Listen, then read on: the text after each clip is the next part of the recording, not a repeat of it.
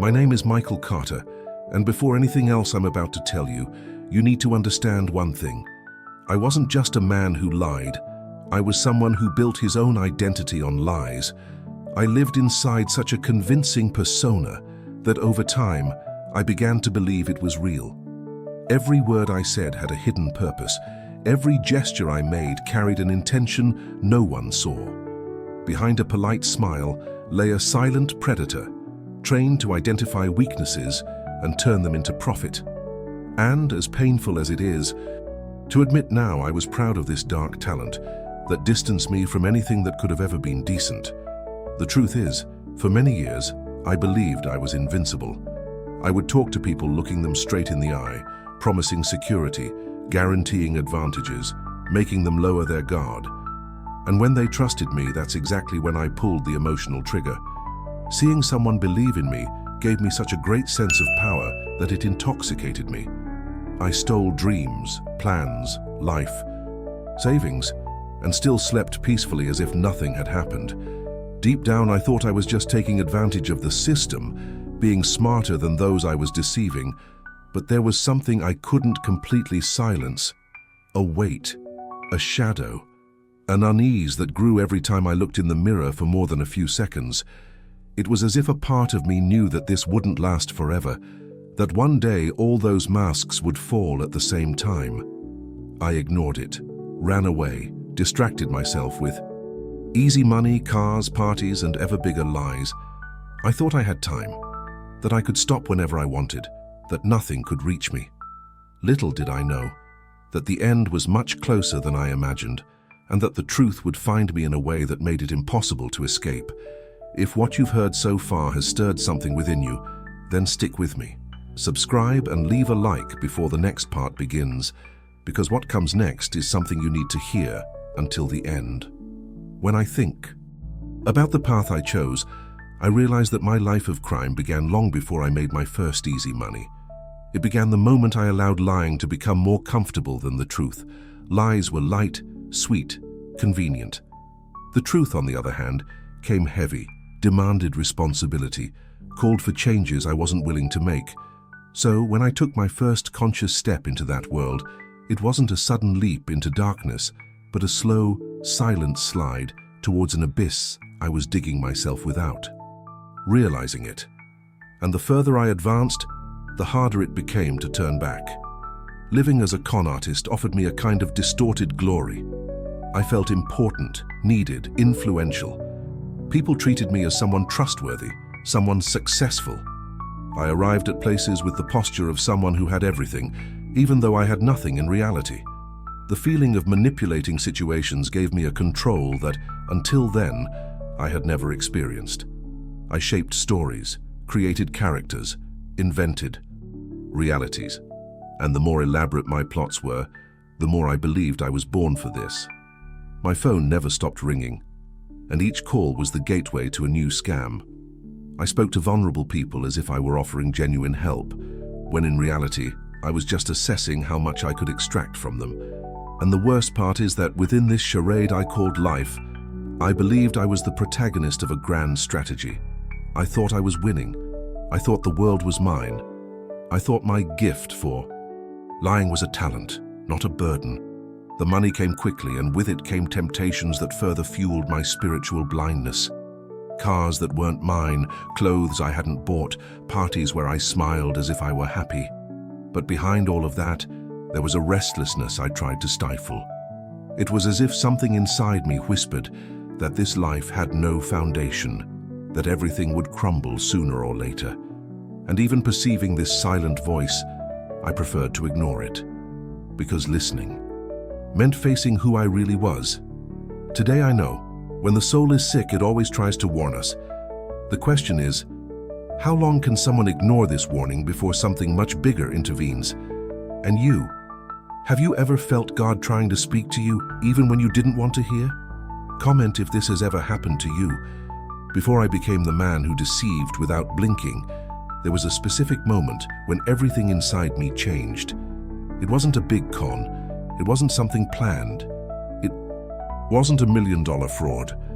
It was something small, almost insignificant, but it opened a door I could never close again. I remember being in a simple situation, talking to someone who trusted me so purely that it should have made me back down. But I didn't back down. Instead, I took my first conscious step into the darkness. That person entrusted me with a piece of their life, believing my word. And I, seizing the opportunity, let a lie slip smoothly from my lips, as if it were natural, as if it carried no weight. The instant I saw it worked, I felt a strange wave run through my body. It wasn't guilt, it wasn't shame. It was a kind of silent power that made me believe I had discovered a shortcut to everything in life. It was there that I learned that a well-told lie could open doors that the truth would never open for me. That day, I didn't just lose my honesty, I lost my sensitivity. I lost the ability to feel the impact of my choices. My conscience became more muffled, as if it had been placed behind thick glass that diminished its voice with each new mistake. And the more I repeated the same behavior, the easier it became. The first lie earned me a few dollars, the second more trust, the third a habit. After that, there were no more limits. Looking back today hurts, because I realize it all started with something small, something I could have stopped. But I didn't stop. I moved forward, distanced myself from everything that was true, and turned my life into a dark road where each step pushed me deeper. And what I didn't know is that that first lie would only be the beginning of a revelation that would change everything, something that wouldn't take long to manifest itself in a terrible and inescapable way. As time passed, that first lie that once made me tremble became so commonplace that it no longer provoked any reaction within me. What once seemed risky became habit, and habit became second nature.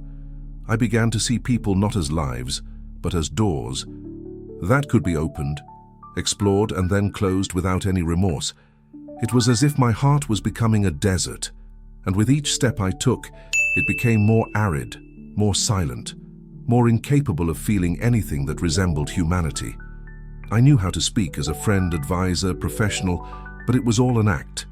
Inside, I was empty. The most terrifying part is remembering that I wasn't just hurting people, I started to think it was normal. When someone cried, I told myself it was just a consequence of the game. When someone lost their life savings, I justified it by saying, everyone is responsible for their own mistakes.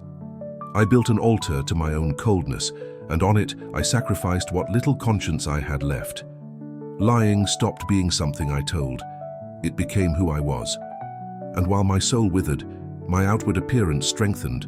I seemed happy, prosperous, confident. But the more I shone on the outside, the more I rotted on the inside. Sometimes, when the silence of dawn arrived, I felt something threatening to reach me, a kind of reminder that I was destroying lives that had no way to defend themselves. So I distracted myself. Loud music, alcohol, illuminated screens, new scams, new victims, all to prevent that shadow from approaching. Because I knew that if I stayed alone with myself for too long, I would face a truth I didn't want to confront. And that's exactly why I kept moving forward without looking back.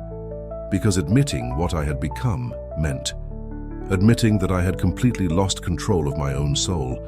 But life has a peculiar way of exposing what we try to hide. And in my case, the revelation wouldn't come slowly. It would come in such an abrupt, violent, and definitive way that I could never have imagined what was about to happen. The truth is, nobody believes they're going to die on the day they actually die. I didn't believe it either. I thought I had time, that I could keep pushing my choices into the future, like someone sweeping dust under the rug, hoping it will disappear on its own. But that day, the dust returned like a storm I couldn't avoid. I remember fleeing after yet another successful con, driving too fast, my heart pounding with adrenaline, as if I had just proven to the world that nothing could stop me. But life, or rather God, always finds a way to stop those who insist on walking towards their own destruction. I was on the road, my hands trembling with overconfidence, my mind too preoccupied with the next lie I would tell. The sky was heavy, and although I didn't want to admit it, there was a strange feeling in the air, as if something was watching me, as if something was about to happen. The radio was playing loudly, trying to drown out any sign of reflection that might try to arise within me. It was always like this. When my conscience threatened to speak, I turned up the volume of life so I wouldn't have to listen to it. It was then that everything happened in a second. A headlight crossed my path, coming from the side. A gigantic truck surged forward, as if it were tearing the road itself from the ground. There was no time to think, to swerve, or to react. There was only time to feel. The impact was brutal. The sound of the metal twisting seemed to open a fissure in the world. I felt my body being thrown, crushed, inverted, as if I had been ripped from my own existence. Everything went white, then dark, and then silence. A silence so absolute that it seemed impossible to be real, as if I were between two worlds, breathing without air, existing without a body. I tried to say something, but my voice wouldn't come out. I tried to move, but nothing responded. That's when I realized it wasn't fainting, or shock, or a vision. It was death, and the most terrifying thing wasn't realizing my body had stopped, but realizing I was still there, conscious, awake, seeing and hearing everything from a place I never imagined I'd know so soon. What happened next? Nobody is really prepared to face. When absolute silence took over everything, I realized something terribly wrong. I no longer felt the weight of my body. I couldn't feel my muscles. I couldn't feel the air entering and leaving my lungs. It was as if I were suspended in a space where time didn't exist. And yet I was conscious. I saw every detail around me, but I couldn't understand how it was possible to observe what was happening without physically being a part of it. It was at that moment that a strange sensation coursed through my being, a mixture of lightness and dread, as if I were being pulled out of myself. When I finally managed to look down, my heart, if I could still call it that, clenched with indescribable pain. I saw my own body trapped in the wreckage. My face was pale, motionless, without any sign of life. That destroyed man there was me. And seeing my existence reduced to that state was like receiving a cutting truth in my soul. It was impossible to escape. The lie I had lived my whole life had no power there. Nothing could be hidden in that place where my conscience hovered free, exposed and completely vulnerable. I tried to touch my body, but my hand passed through my own skin as if I were made of wind. The weightlessness, the lack of limits, the lack of matter, all of this drove me to despair. I screamed, or thought I screamed, but no sound echoed. The sensation was of being trapped inside myself, completely incapable of interfering in the world I had always controlled with such coldness. I found myself trying to walk, but my steps made no impact. It was as if I were learning a new way of existing, involuntarily thrown into a reality I had never heard of, and which now revealed itself before me with terrifying intensity. The atmosphere around me began to change.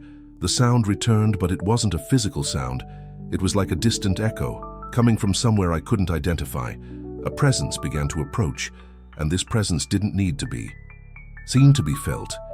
It was something so strong that my whole soul reacted, as if recognizing an authority I had never faced before. And at that moment, everything inside me knew that what was about to happen wasn't a figment of my imagination. It was real, undeniable, and absolutely impossible to avoid. And it was precisely when this presence revealed itself that my story took the most powerful and terrifying turn of my entire existence.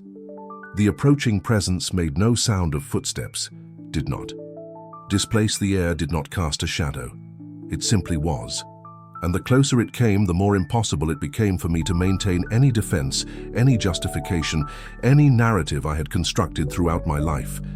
It was as if every lie I had ever told began to detach itself from me one by one, leaving my soul exposed, naked, vulnerable before a truth that could not be manipulated. It was then that I saw him. I don't know how to explain it, because it wasn't with the eyes of my body, but with something much deeper. Something inside me recognized it even before my mind tried to understand. It was Jesus. There was no exaggerated brilliance, no theatrical lighting, no appearance that would draw attention in the way we imagine in drawings. It was a presence so pure, so utterly holy, that my whole being seemed to tremble. He didn't need to say anything. The simple fact of being there made everything inside me bow down. I wanted to look away, but I couldn't. His eyes, they weren't human eyes. They were like mirrors that reflected not my face, but my entire story. And before him, all the masks I wore crumbled as if they had never existed. I tried to speak. I tried to explain myself. I tried somehow to justify the life I've led. But before any words could form, it was already clear that no excuse made sense before the one who sees not only what I did, but what I became. He didn't raise his voice. He didn't point a finger. He didn't need to enumerate my sins. Because when Jesus looks at you, you accuse yourself. You see yourself with the clarity you've spent your whole life trying to avoid. His presence is light, and light doesn't need to argue to reveal what has always been there. I felt shame. I felt fear. I felt an overwhelming weight that didn't come from him but from myself. It was the weight of all the lives I had hurt, of all the false promises I had made, of all the stories I had destroyed in the name of fleeting gains. And the most frightening thing is that, at that moment, I knew that nothing I had done was hidden. There was no such thing as a little lie, no such thing as a light blow. Everything had consequences before him, all. And when he finally opened his mouth to speak to me, it wasn't words of comfort that came. It was words that ripped away the last layer of illusion I still carried, preparing me for a revelation that would burn within me for all eternity. When Jesus finally spoke, his voice didn't pass through the air like a human's. It pierced my soul as if each syllable carried a truth I had always known but always avoided facing. It wasn't anger, it wasn't a scream, it wasn't humiliation. It was the truth, the pure, heavy, inescapable truth. He said my name, Michael, in a way that no one had ever said before. There was no condemnation in the sound of his voice, but there was justice, a justice that I could never manipulate. Then he showed me something that no living being is prepared to see. Suddenly, everything around me changed. We were no longer at the scene of the accident, nor in that strange space between life and death. I was taken to a place where the light seemed to have been ripped away, where the air was heavy, where the silence had its own sound. It was as if I were entering a space formed by the consequences of my choices. Gradually, figures began to emerge. They weren't demons. They weren't monsters. They were people. Real people. People I had hurt. People who had suffered because I had lied. I saw faces I recognized immediately, and others I didn't remember, but whose eyes bore the impact of the traps I had thoughtlessly set. Jesus didn't need to explain anything. Each of those people's gazes became a mirror reflecting the destruction I had left behind. What I called small scams was, in reality, the total loss of a family's financial security. What I called just a trick was the despair of someone who had lost their life savings. What I considered a minor loss was, for another, the end of hope. It was as if each of my lies had taken shape there, creating a living, pulsating dark abyss, formed not by fire, but by consequences. Then Jesus said something that made my soul tremble. Deception digs holes, and those who live by deception end up trapped in the very abyss they built. At that moment, I understood that hell wasn't just a place of punishment. It was a destiny created by continuous choices. I wasn't seeing a punishment imposed upon me. I was seeing the natural result of the life I chose. It was terrifying to realize that the abyss wasn't his, it was mine. I built it myself, stone by stone, lie by lie. And as I faced that devastating revelation, something even bigger began to happen, something that would completely change the course of my eternity. As I stood before that abyss formed by my own choices, something inside me began to break in a way I had never felt before. It wasn't fear of punishment. It wasn't dread of the fate I was about to face. It was something deeper. Shame. A shame so pure and so sincere that it seemed to permeate every part of my existence. It wasn't the shame we know here, linked to wounded pride or the fear of being discovered. It was a spiritual shame, devastating, impossible to hide. For the first time in my life, I saw who I truly was, without the glitter of money, without the masks I wore, without the illusion of control that had accompanied me for years. I was an empty, broken man, completely responsible for the Pain I had caused. I saw the consequences I had always denied. I felt the weight of the lives I had touched, as if they were etched inside me. And in that state of utter ruin, I had no other reaction but to cry. I didn't cry because I wanted to escape what was to come. I didn't cry out of fear of hell or judgment. I cried because for the first time, I realized I didn't deserve a return. I didn't deserve forgiveness. I didn't deserve redemption. Everything I had chosen, everything I had built, everything I had done against people who trusted me was before me as a truth that could no longer be denied. When I tried to speak, my voice came out as a stifled sob, but Jesus heard me nonetheless. He didn't turn against me, didn't accuse me, didn't humiliate me. He simply looked at me with a depth I have no words to describe. It was a gaze that saw everything, the evil, the pain, the selfishness, the pride, the lies, and yet it held no contempt. It was as if, for a brief instant, mercy and justice met in that gaze. A perfect encounter, impossible for the human mind to comprehend. A gaze that didn't ignore my faults, but also didn't destroy me because of them. A gaze that weighed heavily, but healed. That exposed, but also called out. And then it happened. Something like a whisper, a silent command. A call that came not through words, but through divine decision. There was no sound. There was no gesture. Just a celestial determination that reached me where I was. On the edge between the end and eternity. I felt as if I were being pulled back, as if my spirit was returning to a familiar, heavy, and human place. The darkness around me began to dissipate. The scene of the abyss slowly disappeared, as if being erased by the very light that reached me. And suddenly, pain. So much pain. The physical pain of being alive again. The pain that proves the body still exists, that the story isn't over. I opened my eyes in the hospital, choking, confused, trying to understand why I was. Still there, breathing. The machines were beeping.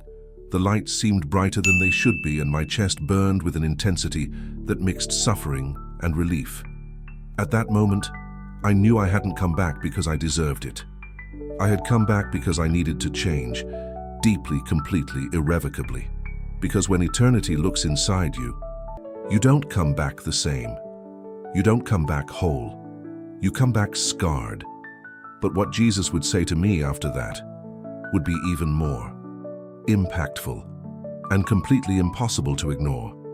After waking up in the hospital, still confused between life and death, I understood something that had never crossed my mind while I lived trapped in a world of deception. No one deceives God. We can hide our actions from people. We can manipulate emotions, build facades, and play such convincing characters that even we believe them. We can live for years pretending that our conscience is clear, even knowing that it has only become accustomed to silence. But before God, everything is exposed, everything takes shape, everything returns to us with the true weight it always had. There is no small lie, no justifiable deception, no sin without consequence. My whole life I thought my cleverness would protect me. But the truth is that it only pushed me closer and closer to the abyss I myself built. While I was there, between my last breath and eternity, there were no more justifications. That character I played to manipulate the world was gone. It was just me, the truth, and the result of the choices I had made. I thought I could control everything, that I could decide when to stop, when to change, when to fix what I had ruined. But nobody controls time, and nobody negotiates with the truth when it finally reveals itself. There, in that moment that seemed eternal, I realized I had staked my entire soul on something that couldn't save me. Today, I carry the memory of that encounter and that revelation like a mark that will never fade. I constantly remember what I saw, what I felt, what I almost lost forever. Sometimes I wake up in the middle of the night with that feeling piercing my chest, as if I were being called back to remember where I almost stayed. And that's why I need to tell you this with all the sincerity that exists within me right now. Don't wait until death to discover the price of what you are sowing. Don't wait until you lose control to realize you never had any control at all. Don't wait until you stand. before Jesus to finally understand that your entire life has been an opportunity for redemption that you unknowingly ignored. The truth is, many believe they will have time. They think they will receive a warning, a sign, a clear moment to change. They think they can return later when life is calmer, when old age arrives, when problems lessen. But no one has that guarantee. Eternity doesn't give warnings. It simply arrives. And when it arrives, everything we tried to hide comes to the surface, as if written in fire somewhere that will never be extinguished. If there's something in your life that's keeping you from the truth, if there's something you're hiding, nurturing, or justifying, surrender it today. Not tomorrow, not later, today. Because the difference between there's still time and it's too late can fit into a single second that you don't control. I didn't come back to tell a shocking story. I came back to warn those who are still breathing, those who are still walking, those who can still change. I came back because I realized that if I had crossed that final line, nothing more could have been done. The opportunity would have been left behind, and I would have reaped exactly what I sowed. Therefore, if this message has reached you in any way, don't ignore it. Take advantage of this moment. Stop. Think. Face your own truth before it confronts you mercilessly. Open your heart, reflect sincerely, and choose the truth before it inevitably overtakes you. Change begins when you stop running away, and God knows exactly where to find you. And if you feel you need to hear more messages like this, stay here with me. Subscribe to the channel and walk with me on this journey of transformation. You didn't arrive here by chance. This may be the message you were asking for without realizing it.